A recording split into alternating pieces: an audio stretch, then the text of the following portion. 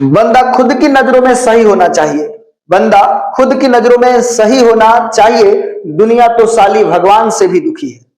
दुनिया तो साली भगवान से भी दुखी है।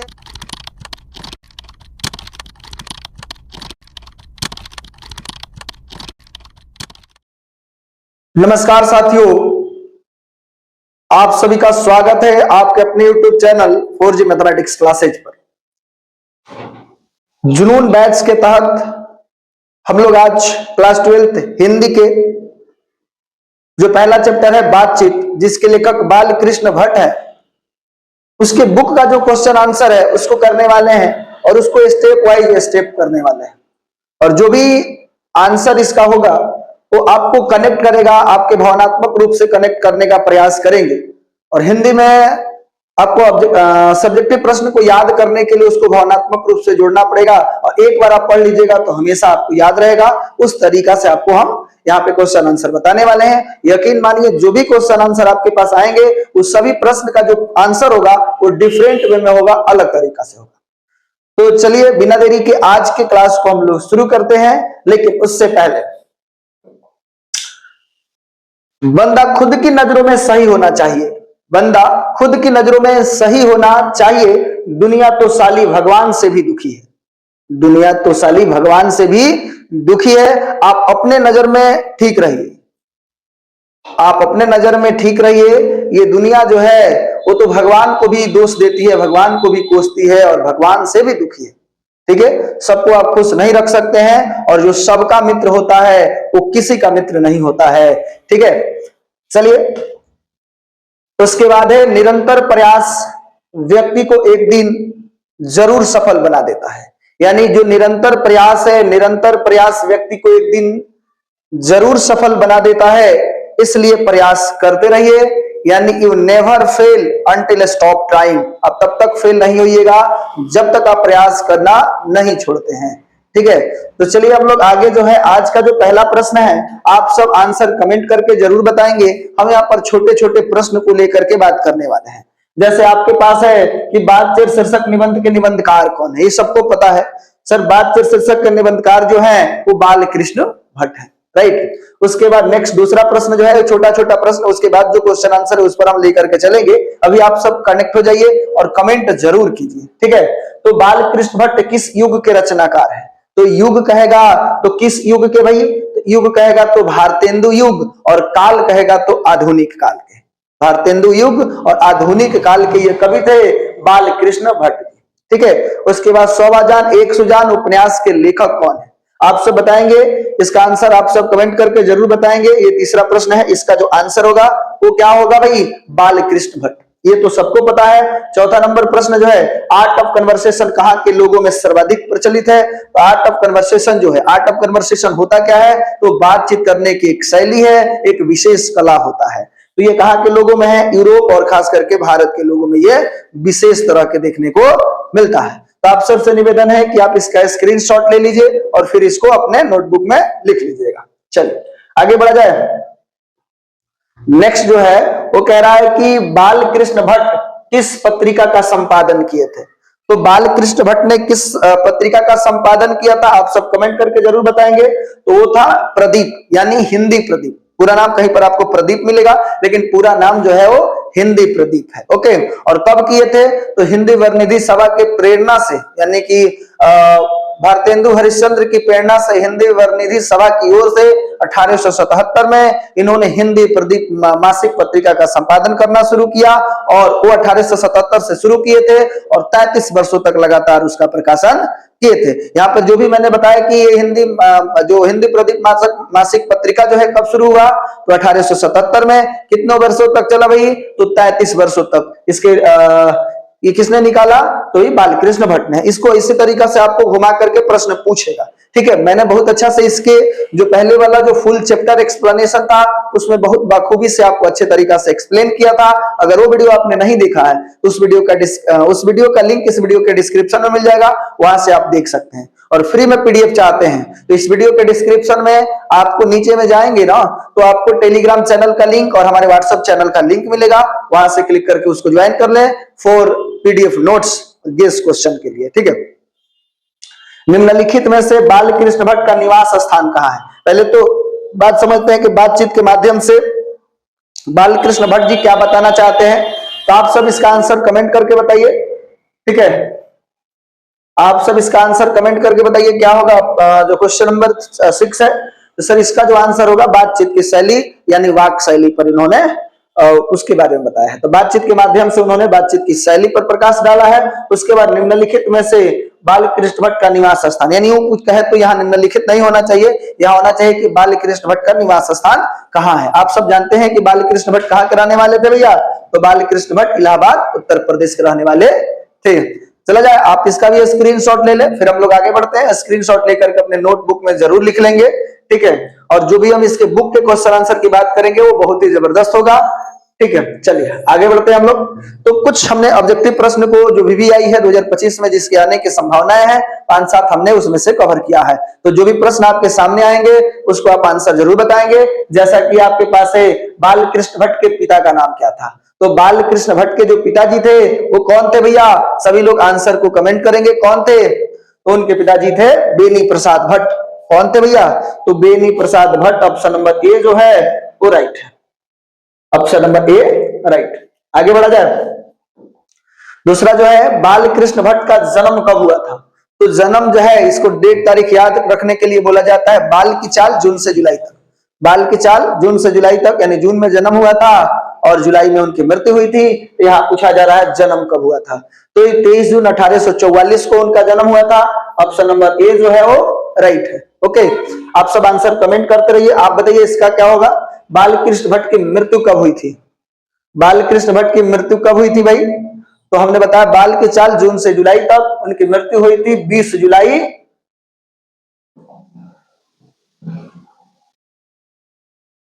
उनकी मृत्यु कब हुई थी? 20 जुलाई 1914 को, ठीक है। आप सब आंसर कमेंट करते रहेंगे। फिर हम लोग आगे बढ़ते हैं। नेक्स्ट प्रश्न आपके सामने है बाल कृष्ण भट्ट की मां का नाम क्या था? उनकी माता जी कौन थी? तो बाल कृष्ण भट्ट की माता जी कौन थी भाई? तो उनकी माता जी थी पार्वती देवी। ऑप्शन नंबर बी जो है वो राइट है। सारे लोग कमेंट करते रहेंगे। चलिए हम लोग आगे बढ़ते हैं। हम लोग देखते हैं आपके पास कुछ फिलिंग द ब्लैंक्स है, उसको आपको बात करनी है। इसका तो आंसर हमने यहीं पर दिख लिया है कि मनुष्य में डैश न होती तो हम न जानते कि इस गुंगी सृष्टि का क्या होगा। तो डैश की जगह पर क्या होगा? वाक शक्ति होगा। डैश की जगह पर क्या होगा भाई? यहाँ पर होगा वाक शक्ति। ओके, उसके बाद घरेलू बातचीत क्या है? हम लोग घरेलू बातचीत जो है आप देखते हैं गांव देहात में महिलाएं जो है मन रमाने के लिए, मन लगाने के लिए एक दूसरे से बात किया करती है, टाइम पास के लिए बात करती है। यानी घरेलू बातचीत जो है वो मन रमाने का ढंग है। घरेलू बातचीत क्या है? मन रमाने का ढंग है। उसके बाद सच है, जब तक मनुष्य बोलता नहीं है तब तक उसका डैश प्रकट नहीं होता है। तो इस डैश के स्थान पर क्या होगा? आप सारे लोग कमेंट करके जरूर बताइए कि डैश के स्थान पर क्या होगा। तो आपको बता दे इसके स्थान पर जो होगा वो क्या होगा? गुण और दोष। राइट है कि जब तक मान लेते हैं कोई एक सभ्य पुरुष को, एक व्यक्ति को अच्छे से टाई कोट बेल्ट के साथ पूरे अच्छा से परफ्यूम और मार करके कहीं पर बैठा दिया जाए, तो क्या आप उसके कपड़े और उसके फेस को देख करके आप उसके बारे में, उसके गुण दोष के बारे में पता नहीं लगा सकते हैं जब तक वो बोलेगा नहीं। यानी बोलने से ही मनुष्य के असली रूप का साक्षात्कार होता है। एक राइटर थे जिनका नाम था बेन जॉनसन, उन्होंने कहा था कि बोलने से ही मनुष्य के असली रूप का साक्षात्कार होता है। आप इसी चैप्टर में आपने पढ़ा भी होगा। और उसके बाद एडिसन ने कहा था कि असल बातचीत सिर्फ दो व्यक्तियों के बीच होती है। तो उसके बाद नेक्स्ट है कि बेन जॉनसन के अनुसार बोलने से ही मनुष्य के डैश रूप का, तो ही तो हमने बोला, उसके असली रूप का साक्षात्कार होता है। ठीक है, उसके बाद यहाँ डैश यहां तक बढ़ा है कि स्पीच और लेख दोनों इसे नहीं समझ पाते हैं। कौन सी है भाई? तो है art of conversation. Art of conversation माने बातचीत करने की कला।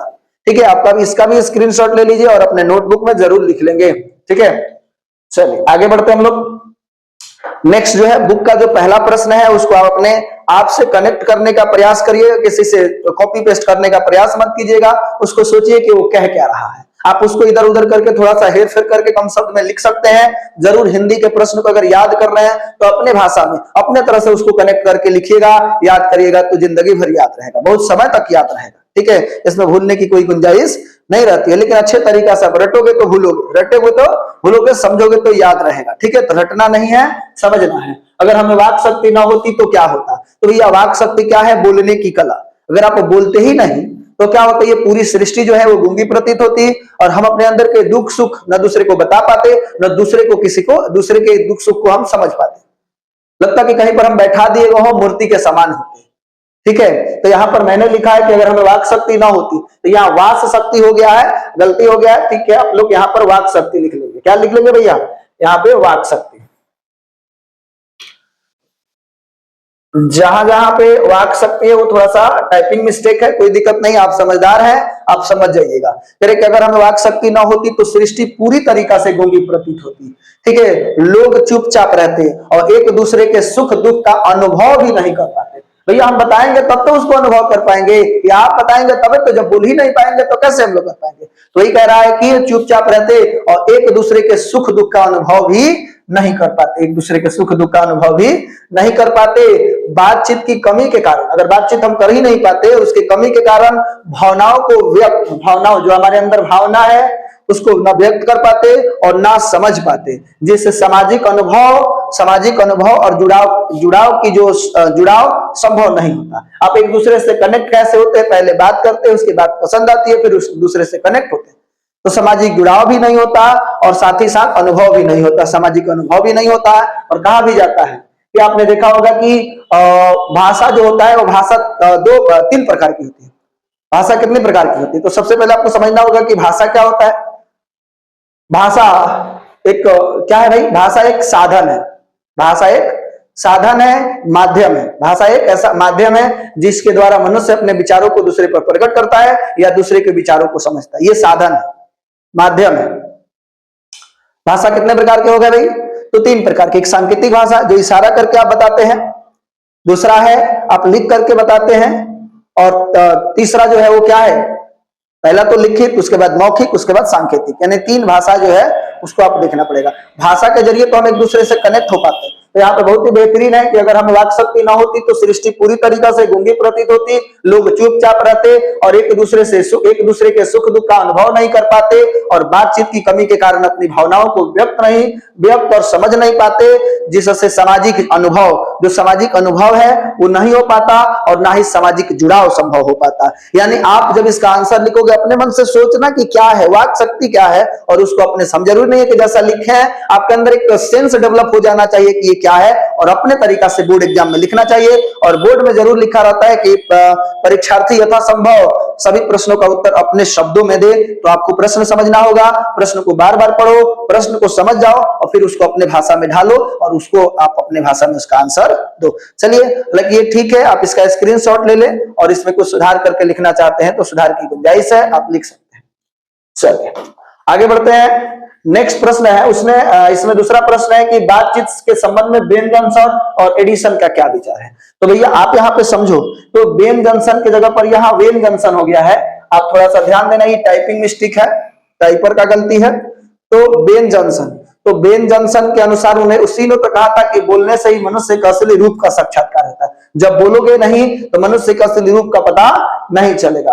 और एडिसन ने कहा था कि असल बातचीत सिर्फ दो व्यक्तियों के बीच होती है, कि जब दो व्यक्ति होते हैं तो अपने दिल खोल के एक दूसरे के पास रख देते हैं, सारी राज की बात बता देते हैं। लेकिन जैसे तीसरा आता है तो उसको मूर्ख बनाने लगते हैं या अपने टॉपिक से भटक करके दूसरे टॉपिक पर चर्चा करने लगते हैं। ठीक है, तो एडिसन ने कहा था असल बातचीत सिर्फ दो व्यक्तियों के बीच हो सकती है, और बेन जॉनसन ने कहा था कि बोलने से मनुष्य का असली रूप का साक्षात्कार होता है। तो आप इसका आंसर देखोगे, बेन जॉनसन के अनुसार बातचीत के माध्यम से ही व्यक्ति के वास्तविक व्यक्तित्व का पता चलता है, व्यक्तित्व का साक्षात्कार होता है, जो रियल जो है उसकी पर्सनालिटी है, रियल पर्सनालिटी का पता चलता है और यह विचार उचित प्रतीत होता है। बिल्कुल ये सही भी बात है, आप अपने से अनुभव करोगे कि यह बात सही है कि अगर किसी व्यक्ति के असली रूप का पता करना हो तो उससे आपको बातें करनी होगी, क्योंकि बोलचाल से ही इंसान के भीतर की भावनाएं और सोच प्रकट होती है, शब्द के जरिए नहीं होगा।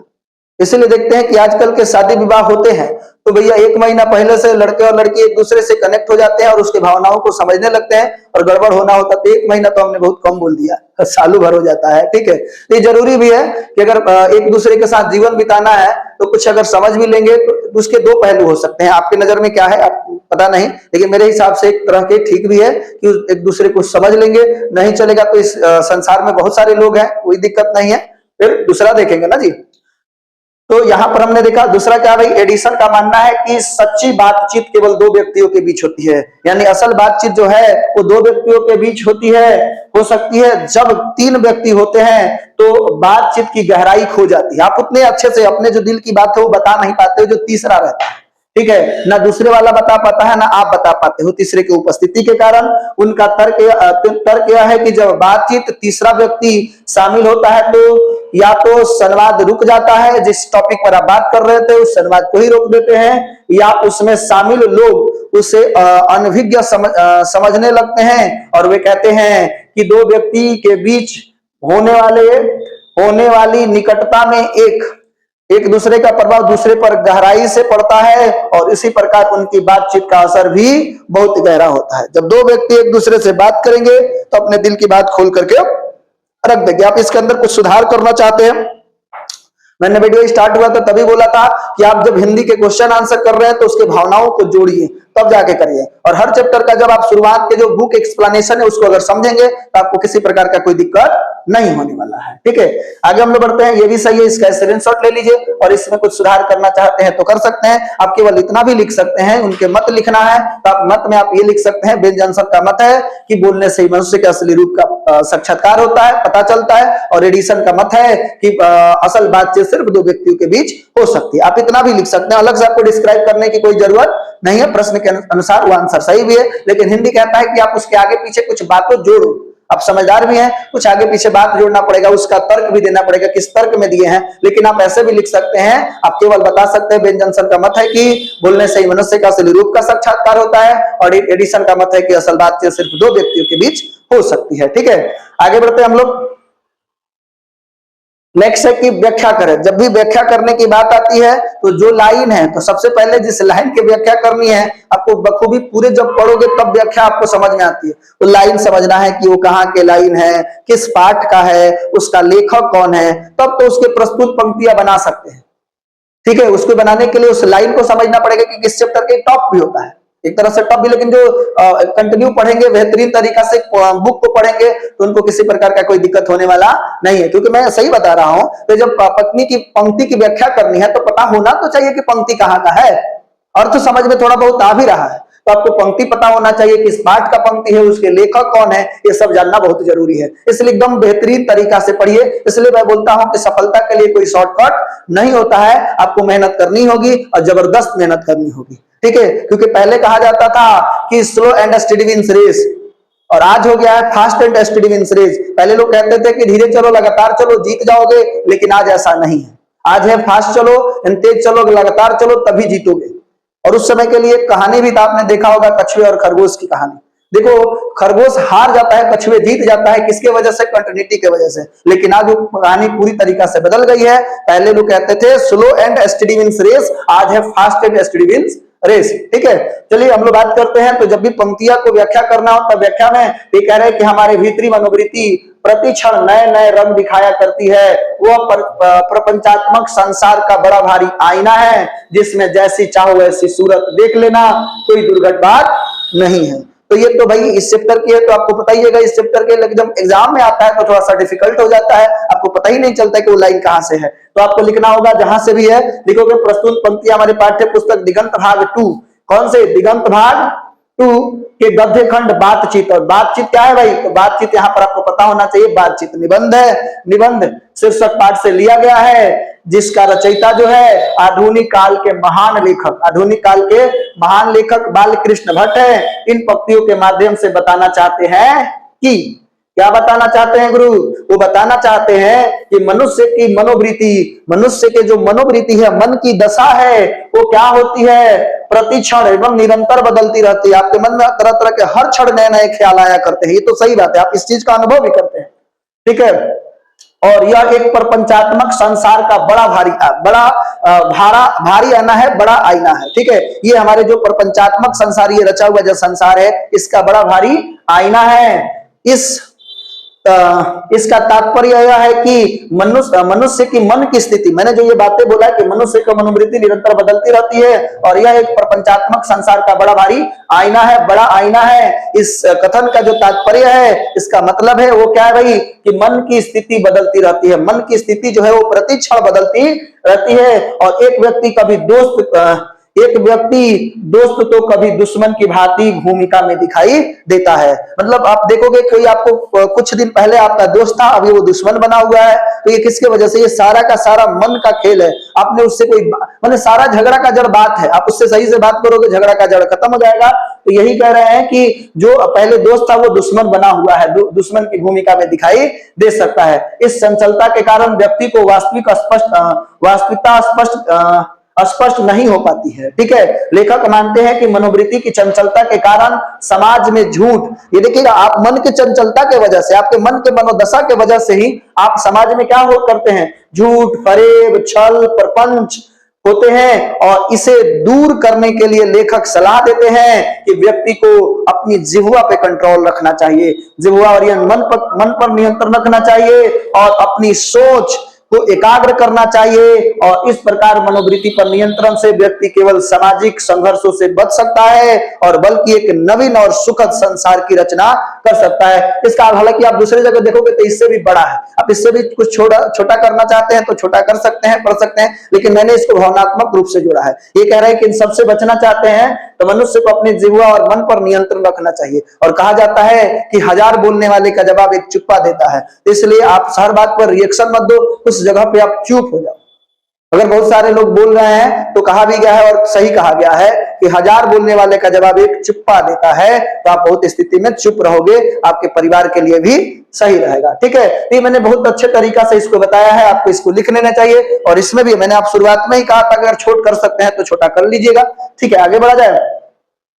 नेक्स्ट है, आज 5 में 2 है, उसमें क था, ये ख है। सच है, जब तक मनुष्य बोलता नहीं है तब तक उसके गुण दोष का पता नहीं चलता। इस पंक्ति की व्याख्या करनी है तो आप जानते भी है कि जब तक मनुष्य बोलेगा, मान लेते एक व्यक्ति है और टाई कोल्ट बेट पूरा टूटंस तरीका से सूट बूट में सज धज के तैयार है, तो भैया वो तो देखने से तो लग ही रहा है कि सभ्य पुरुष है, लेकिन अगर बोलेगा तो उसके मन की स्थिति क्या है, वो उसका असली में जो पर्सनालिटी क्या है, उसका असली में जो व्यक्तित्व क्या है, असल रूप क्या है, वो साक्षात्कार के रूप में आएगा बातचीत के जरिए। तो उसके बारे में तो जब भी ये पंक्ति तो आपको पता चल गया कि कहां से लिया गया है, बातचीत शीर्षक पाठ से लिया गया है, जिसके लेखक बालकृष्ण भट्ट है। इसलिए मैंने बोला था कि सही पंक्ति की व्याख्या करने के लिए 3-4 बातें आपको जानना जरूरी है। पहला तो पंक्ति कहाँ का है, उसके लेखक कौन है और उसका अर्थ क्या है, और उसको लिखने का शैली आपको पता होना चाहिए। तो लिखने का शैली हमने बताया कि जब भी इस तरीका से व्याख्या करना हो तो प्रस्तुत पंक्तियां हमारे पाठ्य पुस्तक दिगंत भाग 2 के गद्य खंड के बातचीत निबंध शीर्षक पाठ से लिया गया है, जिसका रचयिता आधुनिक काल के महान लेखक बालकृष्ण भट्ट है। इन पंक्तियों के माध्यम से बताना चाहते हैं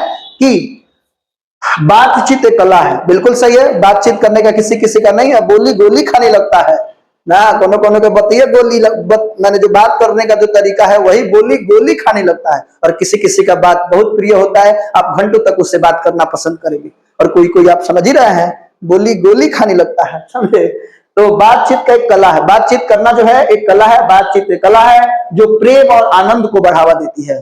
प्रेम और आनंद को क्या करता है, बढ़ावा देती है। और हर प्रेम की शुरुआत बात से ही होती है। ठीक है, बढ़ावा देती है जब व्यक्ति अपने आप पर नियंत्रण नहीं रखता है, अत्यधिक वचाल हो जाता है, ज्यादा भचर भचर बोलने लगता है ना, यानी भचर भचर समझ जाता है ना, तो भचर भचर यानी ज्यादा वचाल हो जाता है, तो यह दोष होता है।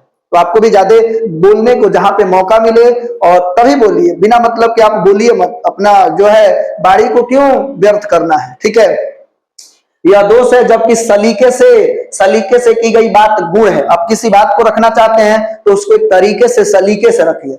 मुक रहना, मुक मतलब कि क्या होना, चुप रहना। मुक रहना व्यक्ति के चरित्र का सही परिचय नहीं देता। आप चुप भी मत रहो, आप अपना परिचय देना चाहते हो, अपनी दुनिया में पहचान बनाना चाहते हो, तो एक माध्यम है, आप बोल करके अपने विचार को रख करके इस दुनिया में पहचान बना सकते हो। और जल्दी पहचान बनाना है तो बोलने की शक्ति जो है, स्पीच का जो कला है, बोलने की जो शक्ति है, वो ताकत है, वो आपको सीखना पड़ेगा। यानी मुख रख करके, चुप रह करके आप अपने किसी व्यक्ति का भी चरित्र नहीं जान सकते और अपना भी नहीं बता पाइएगा, तो बोलिए भी, ठीक है, लेकिन वाचाल मत हो जाइए, भचर भचर मत बोलिए, समझे। बातचीत के दौरान बाणी और शब्द उसके गुण और दोष को उजागर करते हैं। यानी बातचीत जब कर रहे हैं तो आप किस तरीके से शब्दों का चुनाव करके और उसके रखने का जो तरीका है वो क्या है, वो आपके लिए आपके गुण को उजागर करता है। यहां बेन जॉनसन होगा, तो बेन जॉनसन जो है बेन जॉनसन के अनुसार बोलने से ही मनुष्य की असली पहचान होती है, असली रूप का साक्षात्कार होता है, और बातचीत से छुपी हुई परतें और मन की गंदगी बाहर आ जाती है। यानी जो कुछ भी मवाद या धुआं जमा रहता है वो बातचीत के जरिए बाहर निकल जाता है, ये आपको समझना पड़ेगा, और जिससे गुण और दोष स्पष्ट हो जाते हैं। मतलब ये इसका जो व्याख्या है मैंने आपको जोड़ने के लिए, आपको कनेक्ट करने के लिए, आप कहीं पर देख लो आपको लगेगा कि हाँ मास्टर साहब जो है ना इसको अलग तरीका से इसको रिप्रेजेंट करने का, बड़ी मेहनत करके आपको चीजें रिप्रेजेंट किया जा रहा है। आप यूट्यूब पर बहुत सारे लोगों का, बहुत सारे टीचर का वीडियो देख सकते हैं, आप सोल्यूशन आता है, कुंजी का आता है बहुत जगह पे, लेकिन हमने सबसे डिफरेंट किया है और आपको अपने से कनेक्ट करने का प्रयास किया है। हाँ, हालांकि शब्द भी कम करने का प्रयास किया है, लेकिन शब्द कम करके उसके अर्थ को अनर्थ करने का प्रयास नहीं किया है, ठीक ठाक हमने किया है। चलिए आप इसका भी स्क्रीनशॉट ले ले, फिर आगे बढ़ते हैं। अब देखिए इस निबंध की क्या विशेषता है, 6 नंबर जो प्रश्न है, इस निबंध की विशेषताएं बताइए।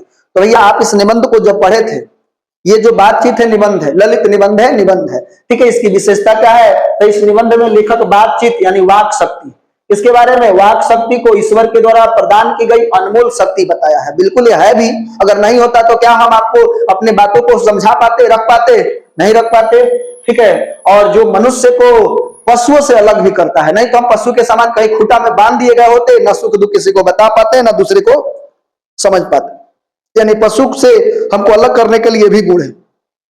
लेकिन राजा भर्तृहरि ने एक और बात कही थी कि संगीत कला विहीन साक्षात पशु, संगीत कला विहीन साक्षात पशु पुच्छ विसारहीना, यानी जो संगीत कला से विहीन है, जिसको संगीत नहीं आता है, वो साक्षात पशु है, और अंतर मात्र इतना है कि पूछ नहीं है, ठीक है। यानी राजा भर्तृहरि ने क्या कहा था, संगीत कला विहीन साक्षात पशु पुच्छ विसारहीना, ठीक है। तो यही कह रहे हैं कि ये जो बातचीत है, वाक शक्ति है, यही तो हमें पशुओं से अलग करती है।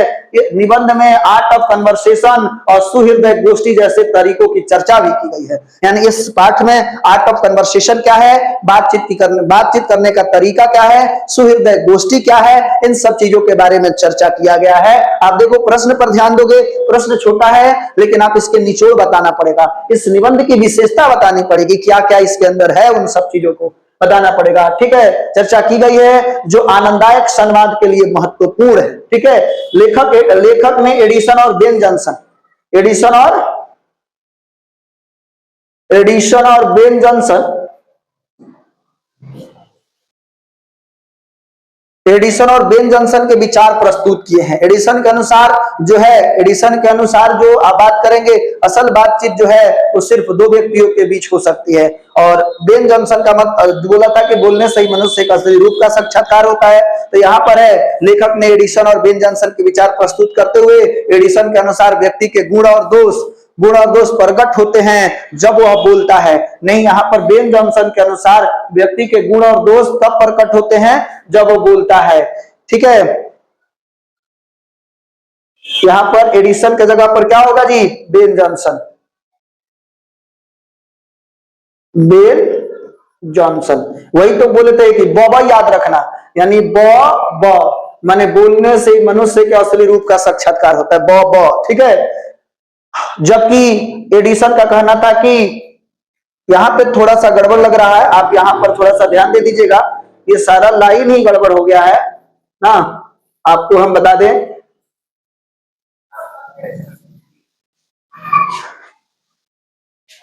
लेखक अनुसार बेन जॉनसन उसका विचार प्रस्तुत किए हैं। तो एडिसन के अनुसार व्यक्ति के गुण दोष तब प्रकट होते हैं जब वह क्या करता है, बोलता है। तो एडिशन नहीं, बोलने से ही मनुष्य का असली रूप का साक्षात्कार होता है एडिशन के अनुसार। तो आप इसको अपने मन से लिख लेना, यहां से इस बात को हटा ही दो, काट देना, इसको मत लिखिएगा लोग, ठीक है।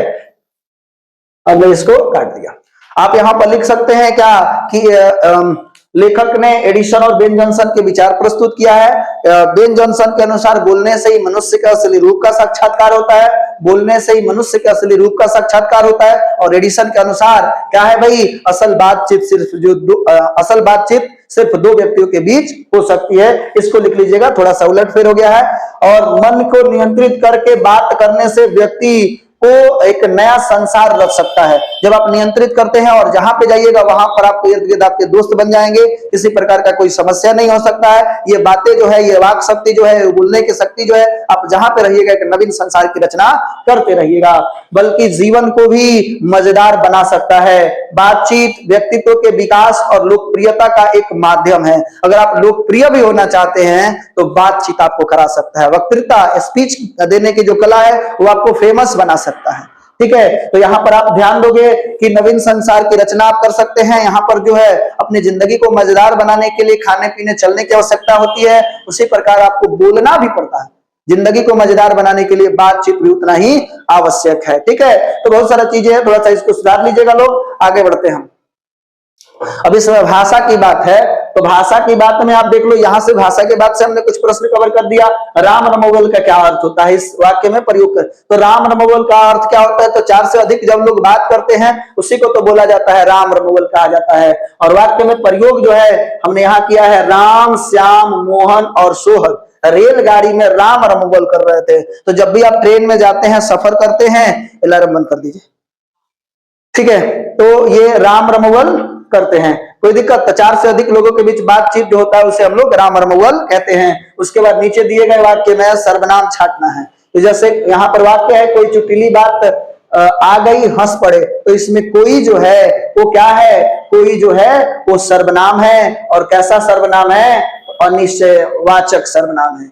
इसे कौन न स्वीकार करेगा, तो इसमें कौन जो है वो क्या है, कौन जो है वो आपका सर्वनाम है, और कौन कैसा सर्वनाम है, प्रश्नवाचक सर्वनाम। प्रश्न समझना है कि जो भी आपके पास ये जो सेंटेंस दिया गया है इसमें से आपको क्या छांटना है, सर्वनाम छांटना है। तो बहुत ही आसान है। इसकी पूर्ण शोभा काव्य कला की प्रवीण द्विमंडली में है। तो इसकी जो है वो भी क्या है, ये जो है सर्वनाम है। और कौन सा, संकेतवाचक सर्वनाम। उसके बाद वह प्रपंचात्मक संसार का एक बड़ा भारी आईना है, तो इसमें वह जो है वो क्या है, सर्वनाम है। और ये भी संकेतात्मक संकेतवाचक सर्वनाम है। हम दो आदमी प्रेम पूर्वक संलाप कर रहे हैं, वह पुरुष वाचक है। हम जो यहाँ पर देख रहे हैं, हम भी जो है वो सर्वनाम है। और कैसा है, पुरुषवाचक सर्वनाम है। ठीक है, ये भाषा के बात है। ठीक है, ये भी हमने कवर कर लिया। आप इसको भी स्क्रीनशॉट ले ले और लिख लीजिएगा लोग। ठीक है, स्क्रीनशॉट ले लीजिए। उसके बाद है निम्नलिखित शब्द के संज्ञा के भेद। निम्नलिखित शब्द संज्ञा के किन भेद के अंतर्गत आता है, तो धुआं। तो धुआं जो है भाववाचक संज्ञा है। आदमी, आदमी जो है तो कोई भी आदमी हो सकता है, ये जातिवाचक संज्ञा में आ जाता है। ठीक है, उसके बाद क्या है, त्रिकोण, त्रिकोण जो है वो जातिवाचक संज्ञा है। कान, कान जो है जातिवाचक संज्ञा है। शेक्सपियर व्यक्तिवाचक संज्ञा है। देश जातिवाचक संज्ञा है। मीटिंग, मीटिंग भी जो है वो समूहवाचक, मीटिंग में अधिक से लोग होते हैं, समूहवाचक। पत्र जो है भाववाचक। संसार जो है वो जातिवाचक। मुर्गा जो है वो जातिवाचक, और मुर्गा भी जातिवाचक और मुर्गी भी जातिवाचक। ठीक है, अगर कोई पूछेगा मंदिर, मंदिर भी जातिवाचक है। ठीक है, तो आप यहाँ पर देखोगे, अब इस पर आपको व्याकरण भी पढ़ाया जाएगा। व्याकरण में सारा चीजें बता दिया जाएगा, और इसमें कुछ विशेष नहीं, आप एक बार देख लोगे आपको याद भी हो जाएगा। व्याकरण भी आपको एक अलग से प्लेलिस्ट बना दिया जाएगा, क्लास 12th और 10th के हिंदी व्याकरण, क्योंकि 10th और 12th के लिए अलग नहीं पढ़ाएंगे, लेकिन उसमें जो बातें होगी वहां पे हम पढ़ाते वक्त अलग कर देंगे कि ये जो है क्लास 10th के लिए है और ये जो है क्लास 12th के लिए है। ठीक है, आगे बढ़ते हैं हम लोग। इसमें आपके पास वाक्य प्रयोग द्वारा लिंग निर्णय करना है। तो आपके पास से शक्ति, शक्ति क्या है भाई, स्त्रीलिंग। तो देखो इसमें वाक्य प्रयोग द्वारा करते ईश्वर की शक्ति अपरंपार है। ठीक है, तो ये स्त्रीलिंग है। उद्देश्य, उद्देश्य जो है पुल्लिंग है। आपका उद्देश्य महान होना चाहिए, आपका उद्देश्य महान होना चाहिए। किसी भी कार्य का, किसी भी कार्य को महान कौन बनाता है, तो उस कार्य करने का उद्देश्य जो है उस कार्य को महान बनाता है। जैसे मेरे को ऑनलाइन पढ़ाने का उद्देश्य क्या है, गांव को पढ़ाना है, इंडिया को बढ़ाना है। पढ़ेगा गांव, बढ़ेगा इंडिया। ठीक है, और आप लोग का इतना सपोर्ट मिल रहा है, जरूर शोले भी सर्द होंगे, हौसलों में फिर से उड़ान होगा, और वो दिन दूर नहीं जब फिर से विश्व गुरु हमारा हिंदुस्तान होगा। चलिए आगे बात करते हैं। लत, लत जो बात जो है, बात स्त्रीलिंग है। हमें संजीदगी से बात करनी चाहिए। बात जो है वो क्या है, स्त्रीलिंग है। लत, लत जो है उसे शराब की लत पड़ गई, उसे शराब की लत पड़ गई, उसे बात करने की लत पड़ गई। ठीक है, लत जो है वो स्त्रीलिंग है। नग, नग जो है अंगूठे में नग, आप देखे होंगे अंगूठे में नग पुल्लिंग है, राम की अंगूठी में नग चमकता है। ठीक है, अनुभव, अनुभव जो है वो पुल्लिंग है। अनुभव क्या है? पुल्लिंग है। ईश्वर का अनुभव करो, ये संसार को, इसमें ईश्वर है। हम आपको बताते हैं इंसान भी जो होते हैं वो 3 तरह के होते हैं, एक आस्तिक, एक नास्तिक और तीसरा वास्तविक। तो मैं ना कहूंगा कि ना आप आस्तिक बनिए ना नास्तिक बनिए, आप वास्तविक बनिए, चीजों को समझिए और उसके अकॉर्डिंग आप चलिए। ठीक है, तो मैं आपको सलाह दूंगा कि आप ना नास्तिक बनिए ना आस्तिक बनिए, वास्तविक बनने का प्रयास कीजिए। ठीक है, प्रकाश, प्रकाश जो है वो पुल्लिंग है। सूर्य का प्रकाश बड़ा तीक्ष्ण होता है। ठीक है, शार्प होता है। रंग, रंग जो है वो पुल्लिंग है, उसका रंग काला है, उसका रंग काला है, लेकिन काला है पर दिल वाला है, समझे? काले हैं पर दिल वाले हैं, टेढ़े हैं पर मेरे हैं। ठीक है, विवाह, विवाह जो है वो पुल्लिंग है। विवाह क्या है भाई? पुल्लिंग। विवाह जो है वो पुल्लिंग है। राम सीता का विवाह हुआ, राम सीता का विवाह हुआ, जो विवाह है वो पुल्लिंग है। विवाह जो है वो क्या है? पुल्लिंग है। उसके बाद दांत, दांत पुल्लिंग है, उसका दांत टूट गया, उसका दांत टूट गया, तो दांत क्या है भाई? वो आपके पास पुल्लिंग है। सही है, आप आगे बढ़ो। देखो भाषा के बाद में 5 नंबर वाक्य से विशेषण चुनना है। हम 2 आदमी प्रेम पूर्वक संलाप कर रहे थे, तो इसमें 2 जो है वो 2 आपको दिख रहा है, 2 जो है वो क्या है? वो विशेषण है। और कौन सा विशेषण है? संख्यावाचक विशेषण। इसकी पूर्ण शोभा काव्य मंडली के द्विमंडली में है। इसमें इसकी जो है वो भी सार्वजनिक विशेषण है, और इधर से देखा जाए तो सर्वनाम भी है। ठीक है, उसके बाद सुस्त और भोदा, बोदा हो गया भोदा हुआ तो दबी हुई बिल्ली, जैसे जो थोड़ा सा भोदा लड़का होता है, दिमाग के कमजोर लड़का होता है, तो दबी बिल्ली सा पूरे स्कूल को अपना गुरु मानेगा, भैया भैया किए रहेगा और सबका बात मानेगा, किसी को पानी लाएगा, किसी का पकौड़ी लाएगा। ठीक है, यानी सबको। लेकिन तेज जो होता है वो दूसरे को बैठने नहीं देता है। ठीक है, तो ये कह रहा है कि सुस्त, भोदा, दबी गुणवाचक विशेषण है। इसमें सुस्त, भोदा यानी बोधा हो गया, चाहे भोदा हो जाएगा, दबी ये गुणवाचक विशेषण है। और जब भी आप पढ़ रहे थे ना, किताब लेकर के पढ़ना चाहिए था, आगे बढ़ना चाहिए था। उसके बाद हम लोग बात करेंगे, देखिएगा कि खुद पर विश्वास रखो, रास्ते अपने आप मिल जाएंगे। खुद पे विश्वास रखो, रास्ते अपने आप मिल जाएंगे। खुद पर विश्वास होना चाहिए, समझे? अगर आपको सफल होना है तो सबसे पहले खुद पर विश्वास करना होगा, तब जाकर के आप सफल हो सकते हैं। ठीक है, उसके बाद हम लोग बात करते हैं कि मेहनत, मेहनत अभी काफी नहीं है, मेहनत अभी काफी नहीं है ख्वाबों को पाने के लिए। मेहनत अभी काफी नहीं है ख्वाबों को पाने के लिए, अभी और परिश्रम करना होगा अपनी किस्मत चमकाने के लिए, अपनी किस्मत चमकाने के लिए। ठीक है, तो मेहनत अभी काफी नहीं है, मेहनत अभी काफी नहीं है ख्वाबों को पाने के लिए, अभी और परिश्रम करना होगा अपनी किस्मत चमकाने के लिए। ठीक है, तो आज का जो क्लास है बहुत ही बेहतरीन रहा, मोटिवेशन के साथ आपको मिला। अगर वीडियो पसंद आ रहा है तो वीडियो को लाइक कीजिए और हमारे इस चैनल को सब्सक्राइब कीजिए। थैंक यू, धन्यवाद। मिलते हैं नेक्स्ट वीडियो में नए जोश के साथ और इस जुनून बैच के साथ। ये जुनून बैच बिल्कुल फ्री है, तो मैं चाहूंगा कि इसका अधिक से अधिक लोग लाभ उठा पाए। उसके लिए आपको थोड़ी सी मेरी मदद करनी होगी, शेयर करना होगा। थैंक यू, धन्यवाद।